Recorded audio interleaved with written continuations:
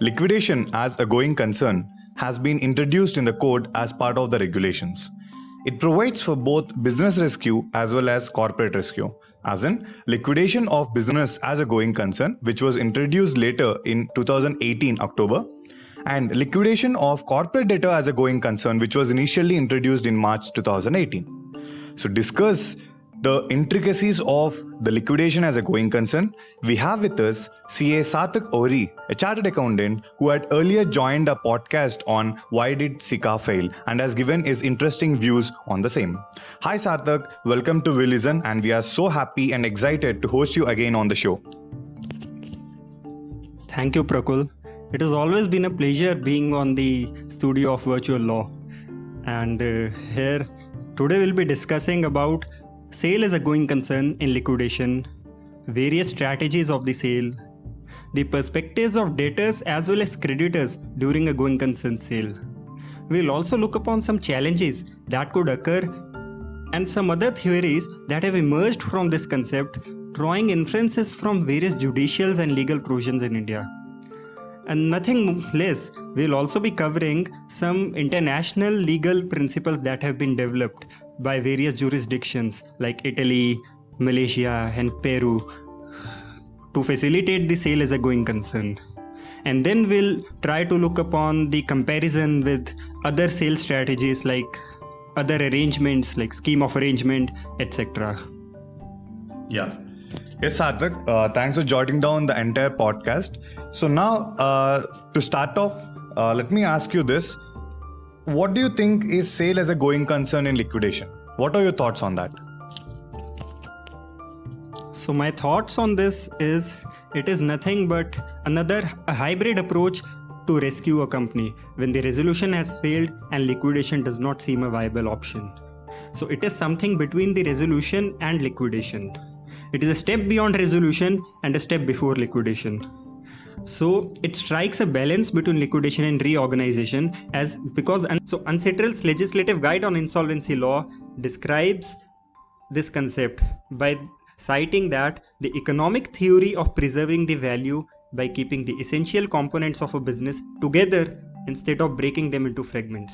Even BLRC mentioned about this concept by using the term as a third possibility of rescue of the companies. Okay. Got it, Sarthak. So, can we go a bit specific and try to elaborate on what exactly is a going concern? Yes, Prakul. So, going concern is an assumption that has been inherited in all businesses. When a business is started, it is started with an assumption and a belief that the business will continue forever with no intention to shut it down. Even the Accounting Standards Insolvency Law Committee has described the term going concern. I'll throw some light on that. So Accounting Standard 1, issued by ICAI, describes that when it is assumed that the enterprise has neither the intention nor the need to liquidate or curtail materially the scale of its operations. An Insolvency Law Committee in its report of March 2018 describes this term as the phase as a going concern implies that corporate debtor would be functional as it would have been prior to initiation of CIRP, other than the restrictions put by the code. So we see that going concern in simple words mean that the business has to be continued and need not be stopped. The core idea of generating revenue and profits from business has to be there, and the core idea of serving your customers has to be there by continuing your operations. There have been some judicial precedents which have laid down a foundation to the concept of going concern. In the case of Indorama Textile Limited, the Delhi High Court held that a company is said to be transferred as a going concern when the assets and liabilities being transferred constitute a business activity capable of being run independently for a foreseeable future. Even in another case, Rajashri Foods Private Limited, it was observed that transfer of a going concern means transfer of running business which is capable of being carried on by the purchaser as an independent business. Okay. Got it, Sarthak. So, Sarthak, as I earlier pointed out, there are two types of going concern sales which the regulations provide for. and which precisely are the corporate debtor as a going concern and the sale of business as a going concern. So what are your views on that? So Prakul, since in India in IBC there have been not many cases on ground, so we can see how the deal strikes over. But if you ask my view, I would say when the corporate debtor or a company is sold as a going concern, the prime difference with the business as a going concern is that in corporate debtor as a going concern, the legal entity is preserved, it is transferred. The company as a whole forms part of the bankruptcy estate, which is then sold and money is realized and paid off to the creditors. Another major difference could be when a company is sold as a going concern, the assets along with the rights and licenses which are registered in the name of the debtor are also transferred.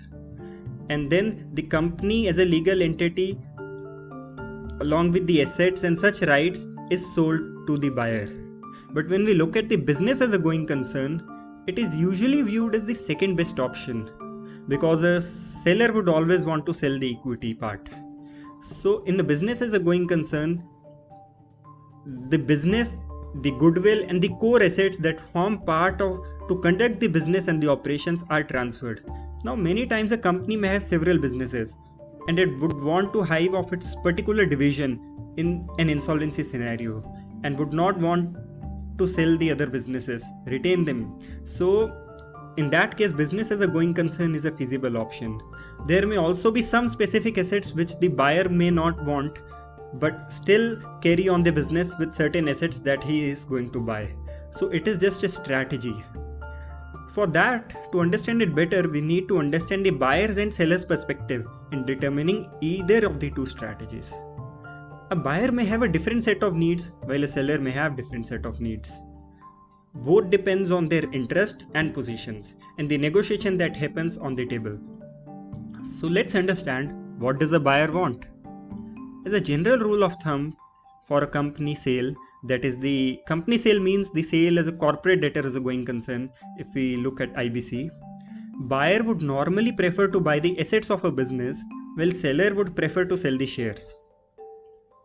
So when the entity is sold as a going concern, that is the company is sold as a going concern, the sellers are none other than the owners, which are shareholders.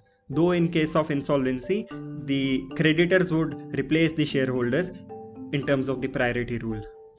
And buyer is generally interested in the assets and goodwill of the company, unless he wants some specific trademarks registered in the name of company to carry on the business. So this particular strategy allows buyer to pick those assets which he wants to run the business. So let's understand, what does the seller want? If the legal entity along with the business is sold, then the shareholders go for a complete breakup with the company in terms of assets as well as liabilities and past warranties which they have given earlier. Since buyer would always insist on not taking the pecuniary liabilities and contractual indemnities that the directors or promoters of the company would have given or even the shareholders may have given, which will continue to bind the shareholders even after the sale. And sellers, being the promoters or shareholders of the company, would always want to distance themselves from these kind of liabilities. That is why we have a section 32A now in IBC, which says that any criminal liabilities associated with the past directors or shareholders or promoters will remain with the past directors or promoters or shareholders and would not be transferred if it's specifically given in the resolution plan. So that's all. We need to consider the sellers as well as buyer's perspective, and it cannot be an umbrella approach for any deal. Yeah. So to also add on the 32A which you were talking about, Sarthak, so it's also the criminal prosecution against the company and also the assets of the company would also be relieved. So it's an immunity which is provided to the seller. So as you rightly pointed out, it would be a really good bait you can give to the seller, also to the buyer rather, in order to attract him to buy these assets as a going concern. So Sarthak, at this juncture, I would like you to also focus on what are certain taxation issues which a liquidation as a going concern faces, as well as how do we treat liabilities in such scenarios. So I'd break your question into two parts. First, we'll deal about taxation, which is a very important component because tax authorities are always eyeing on such big deals to generate some tax revenue. So let's break the tax aspect also into direct tax and indirect tax. In terms of direct tax, specifically Income Tax Act 1961, there has been several case laws related to sale as a going concern. In a case of ACIT versus Patel Specific Family Trust, the Gujarat High Court noted that sale of entire business, including all the assets and liabilities as a going concern, in this case, the transfer does not give rise to a capital gain. That means there will be no tax liability on this transaction. However, a contrary view has been adopted by the Honorable Supreme Court of India in the case of CIT versus Equinox Solution Private Limited. It says that taxability of the sale of the business as a going concern is a slump sale and not the sale as a depreciable asset, which attracts higher rate of tax. So the important thing to note here is that slump sale also attracts tax, and such a transaction may attract tax since there has no specific deal been struck in IBC as of now. So we cannot comment whether the tax will be levied, but I think the resolution professional and adjudicating authority may look at these precedents set in the earlier laws. In my opinion as well, the judgment in Equinox Solutions, that is the tax will be levied and be treated as a slump sale from income tax point of view, would be binding in this case. Now coming to indirect taxes, we have Central Goods and Services Tax Act 2017 right now in force. The Schedule 2 to this act clearly states that if the transfer of goods happen as part of transfer of business as a going concern, there will be no levy GST on such a transfer, which exempts this transaction from the purview of GST. And now coming to the second part of my question, transfer of liabilities. So Prakul, an important thing to note here is that there is still a lot of ambiguity whether the liability should be transferred or not. Since the assets would form part of the estate, when the company is sold, the company itself would form part of the estate. But what about liabilities? There are several challenges. In insolvency law, and any insolvency law including IBC, there is a concept of claims. All the liabilities existing as on the insolvency commencement date convert into claims on the basis of the list of claims filed by the claimants or the creditors of that company. The liabilities which were standing together on the balance sheet become stranger to each other because the liquidation laws or insolvency laws discriminate them on the basis of secured and unsecured. The liabilities are not allowed to be transferred and rather the claim has to be filed. Another reason is the priority rule that is governing the insolvency law. In India, we have section 53 in IBC, which says that the creditors have to be paid in a particular priority. So how will the liabilities be transferred, and under what law how will the claimants file? Will the claimants file with the buyer or will the claimants file with the seller? There is still a challenge. There has been a case as well that if the liabilities are transferred to the buyer, then the various claimants would have to file a claim on the liquidation estate, would have dual claims. The case name was Gupta Global Resources Private Limited. However, later on the liquidator was directed to follow the procedures laid down in the regulations. Another challenge to transfer of liability is contradiction with existing laws of India. Currently in IBC, when the liquidation is commenced, the regulations state that the liquidator has to explore the possibility of sale as a going concern, and for that the committee of creditors should identify and group certain assets and liabilities to be sold as a going concern. And if the committee is not recommending that, then the liquidator himself has to mandatorily form an opinion whether to group the assets and liabilities. Now this puts the liquidator in a very tough position. It's a very commercial decision that has to be taken. That means the liquidator has to have knowledge of complete market of all the assets in a very limited span of time that he has got from the statute, as well as he has to consider selling it in the best possible manner to maximize the value. So even Insolvency Law Committee 2020, which we'll touch upon later, states this challenge. Another concern is the value. Whether the value of all the assets sold would cover all the liabilities, or would there be some still residual liabilities left over after selling off the business. And another very important, lastly, reason is the challenge that we face is creditor's rights. In IBC, the creditor has a right to relinquish his security so that he can gain a better position in the priority rule. But when the business is sold, all the assets have to be sold. And that means the creditors would necessarily have to relinquish their interest. So this would sometimes go against their interests. Okay. Very well collated, Sarthak. So now, any other judicial precedents do we have in this regard in terms of the liquidation as a going concern? Yes, there have been few. One of the first cases to be attempted under this method was the case of Gujarat NRE Coke Limited, where the Kolkata bench of NCLT observed that liquidation has severe consequences on several of its stakeholders and large number of its employees, so the tribunal directed the liquidator to attempt the sale as a going concern through a slump sale. However, further the case went into scheme of arrangement and this could not be executed. But even before the regulations were notified on October 2018 regarding the business as a going concern, there has been a case that has been attempted through this mode. The case name was Keshav Sponge, and this case was liquidated as a going concern even when the regulations were not in place. We do not have the data of this case, how the deal struck over, so we cannot comment much on this. Now, the recent case in the news is IVRCL. It's a company which has been proposed to be sold as a going concern. The liquidator has submitted a report and plan to the adjudicating authority, which is yet to be approved. Apart from that, getting away from IBC, Supreme Court in an earlier case, in the case of Allahabad Bank versus ARC Holding, held that if the company is sold off as a going concern, then along with the assets, all the liabilities are to be transferred. So, considering the emerging trend of selling as a going concern, we need to see whether the liabilities will be transferred and what will, considering the above mentioned challenges, how the things will span over. Got it, Sarthak.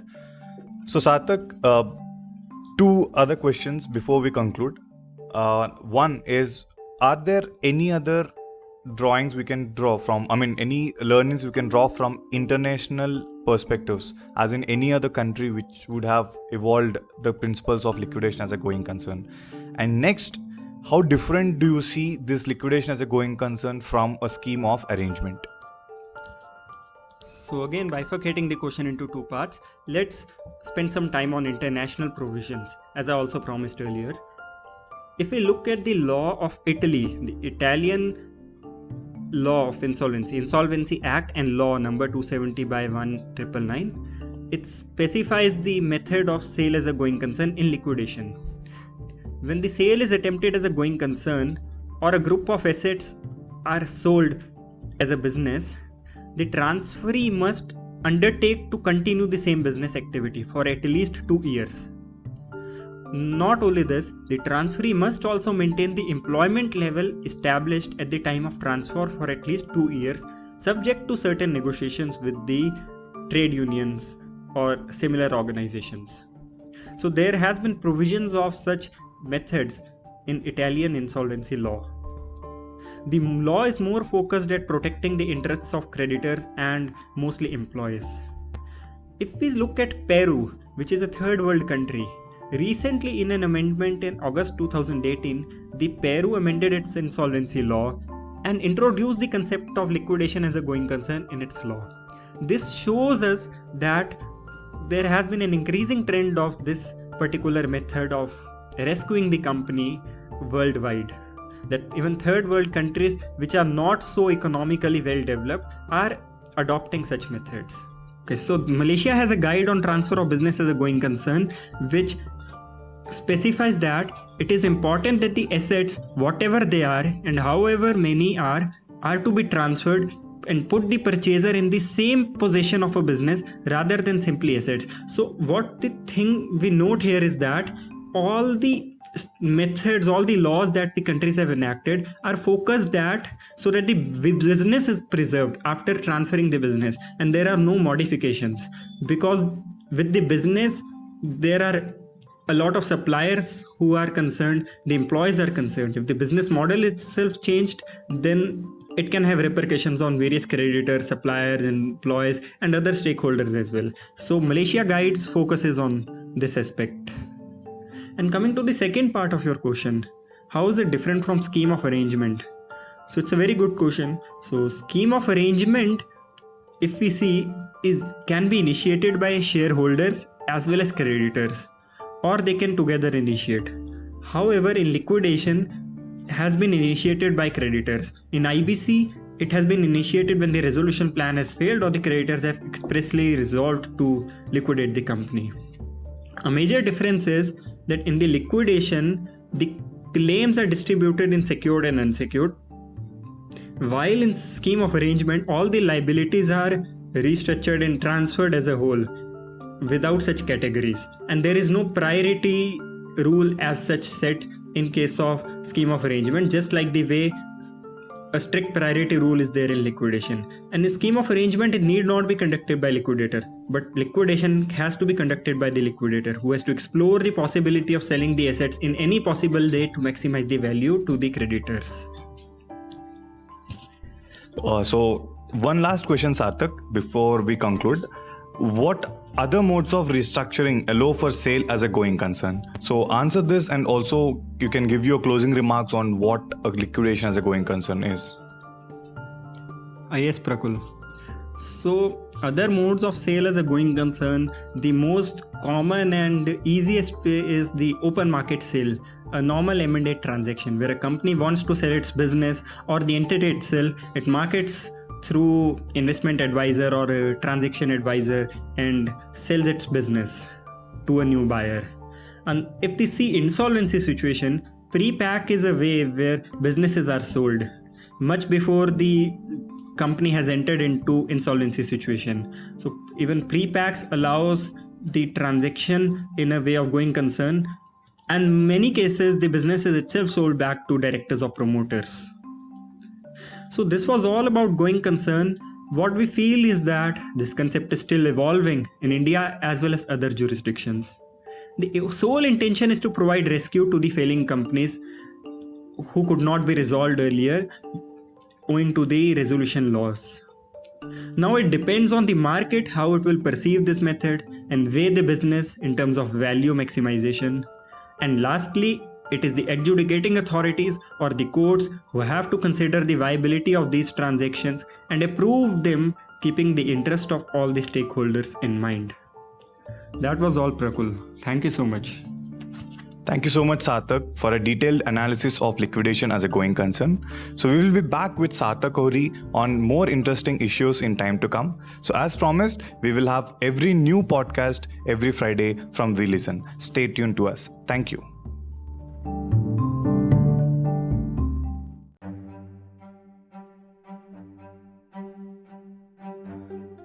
Stay tuned to We Listen by subscribing to our podcast.